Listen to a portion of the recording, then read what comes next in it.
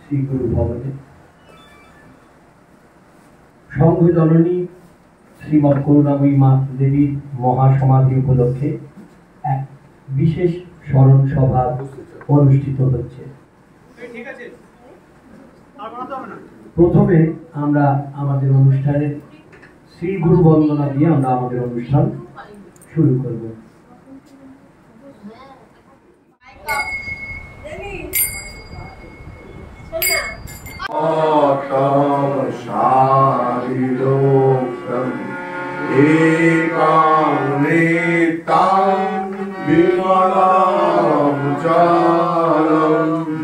सर्वदा साक्षीभूतं भावातीतं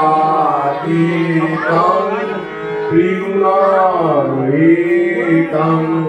सद्गुरुं নিবেদন করি। আরো একজন এক্ষুনি পাঠিয়েছেন কৃষ্ণা মাইতি পাঁচবেরিয়া, তিনি লিখছেন শ্রদ্ধাঞ্জলি জানালাম করুণাময়ী মাতৃদেবীর চরণে, সহস্র কোটি প্রণাম। উনি যেখানেই থাকুন ভালো থাকুন এবং আমাদের আশীর্বাদ করুন যেন আমরা সবাই তাঁর দেখানো পথে চলতে পারি। জয় গুরু, জয় গুরু।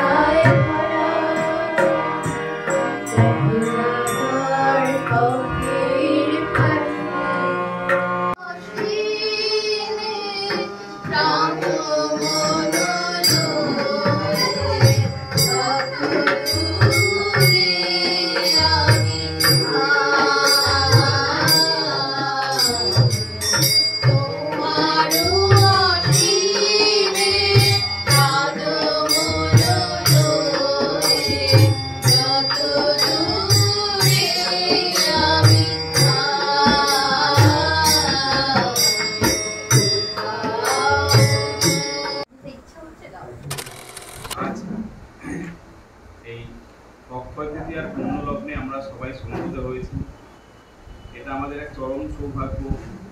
আজ আমাদের পিসিমা গুরুমা তার শ্রদ্ধাঞ্জলি জ্ঞাপন করছি। খুব ভালো লাগছে, তার চরণে শত শত কোটি প্রণাম। তিনি হয়তো স্থূলদেহে নেই, কিন্তু সূক্ষ্ম দেহে তিনি আজ এখানে বিরাজ করছেন। তিনি আমাদের মধ্যেই আছেন, এই ভেবেই আমরা চলছি। 2023 সালে আগস্ট মাসে আমরা ক্রিয়া দীক্ষা নিয়েছি গুরু বাবার কাছে। এই গুরু বাবার কাছ থেকে নেওয়ার পর আমরা মার কাছে আসছিলাম। মা আমাদের জড়িয়ে ধরে, আমার এবং আমার বোনকে জড়িয়ে ধরে সশ্রদ্ধ ভালোবাসা জানিয়ে আমাদের ক্রিয়া রেগুলার বেসিস করে যাওয়ার রাজনীতিটা চক্রবর্তী সঙ্গীত করেছে।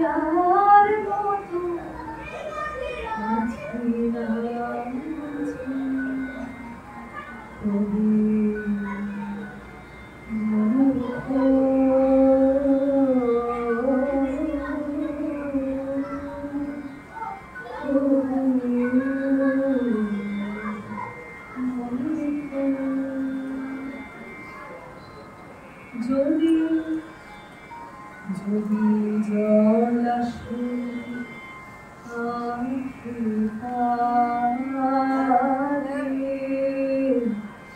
যদি জল আসে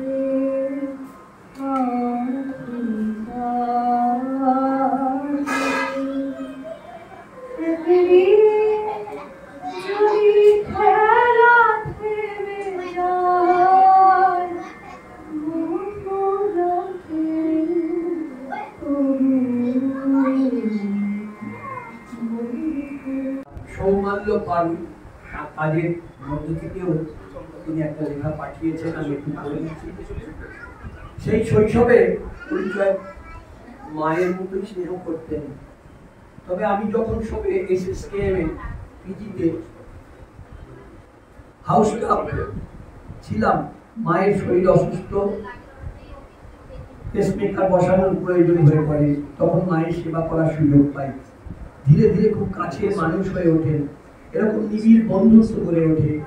এরপর যতবারই আমি অনিলানন্দ রিসার্চ সেন্টারে আসতাম, আমার মন অশ্রু সজল হয়ে উঠত। একবার মাকে দেখার জন্য মায়ের থেকে শিখেছিলাম অন্যের সেবায় আত্মনিয়োজিত করে আমি আমার মাকে খুঁজে পাওয়ার পথ পেয়েছি। মায়ের কাছে শেখা, ওনার মহাপ্রয়াণ আমার কাছে এক বিশাল শূন্যতা হলেও আমার অন্তঃস্থলে, আমার মনে নিত্য বিরাজমান তিনি। আমার শ্রদ্ধাঞ্জলি আমার গুরু মায়ের। জয় গুরু। এরপর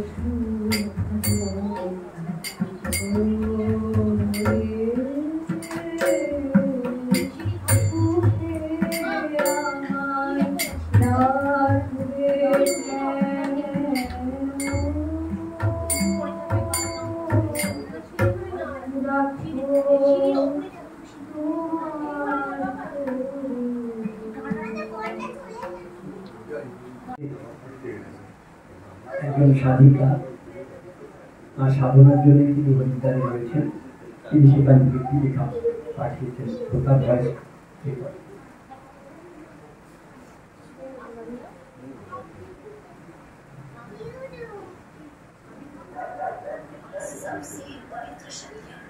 इसलिए जो माता जन्म देती है वो सबसे बड़ा है।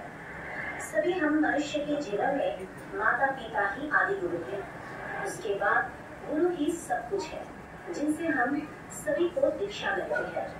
गुरु माँ, जिनसे हमें प्यार, अपनापन मिलता है, एक अलग सी मीठी सी अपनापन, जिन्होंने हमें ये शिक्षा दिया कि प्रेम कैसे किया जाता है, सभी आत्माओं को गले कैसे लगाया जाता है। आज मैं इस पावन तिथि में अपने गुरु बाबा को और गुरु माँ को सशक्त कोटि दंडवत होकर प्रणाम निवेदन करती हूँ। उन दोनों का आशीर्वाद सदैव সকল আমার গুরু ভাই, গুরু বোন, গুরু দাদা, গুরু বৌদি, গুরু ভাই সকলকে আমার অন্তরে প্রণাম জানাই। আজ একই সঙ্গে বড় দুঃখ বিদুর দিন, যে আমরা আমাদের মায়ের স্মরণ সভায় সকলে উপস্থিত হয়েছি।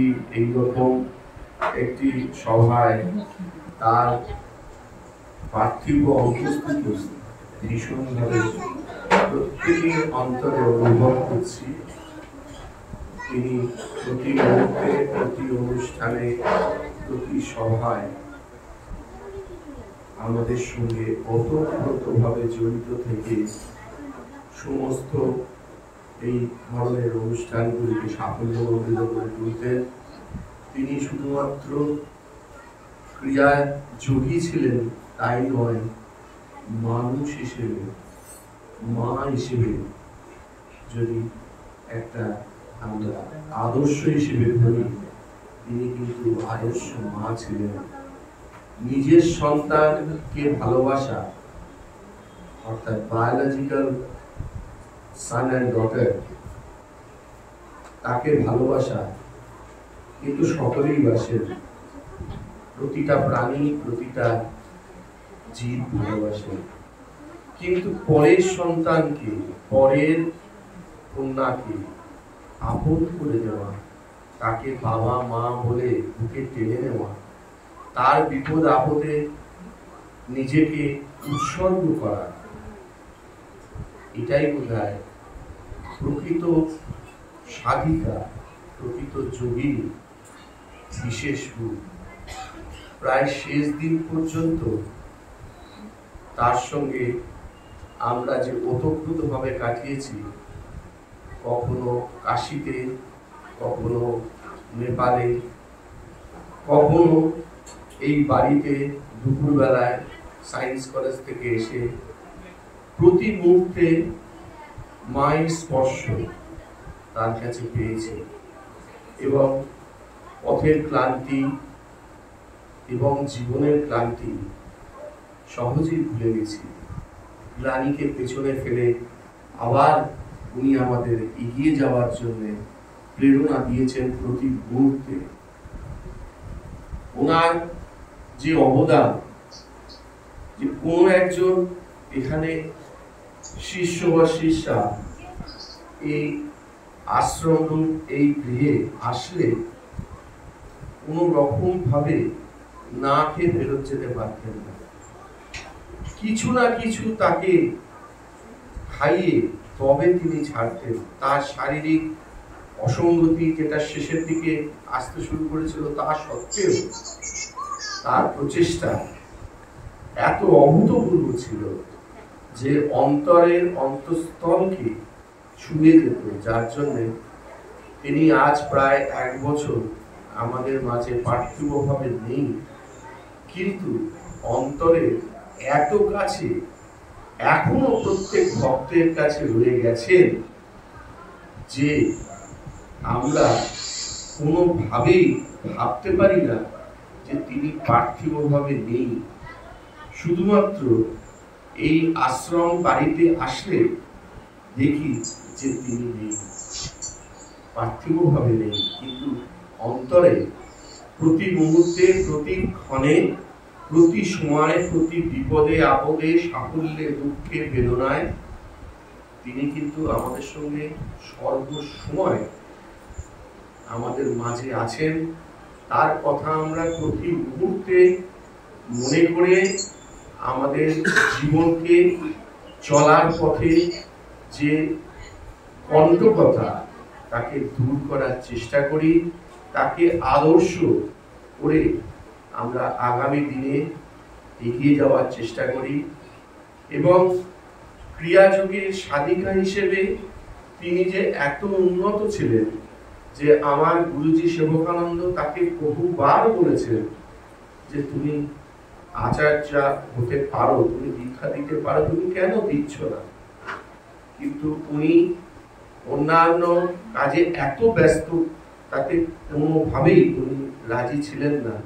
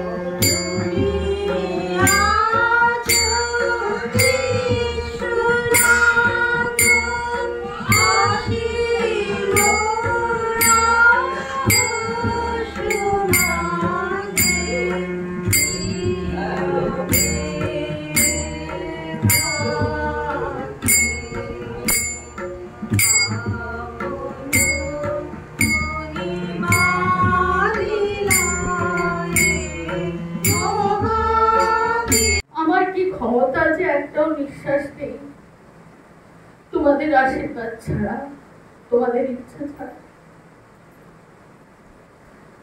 আমি 1,84,000 জনি পার করে তোমাদের কাছে আসতে পেরেছি। আমার এই 1,84,000 জনের সমস্ত পাপের যে বোঝা তা তোমাদের কাছে সমর্পণ করলাম।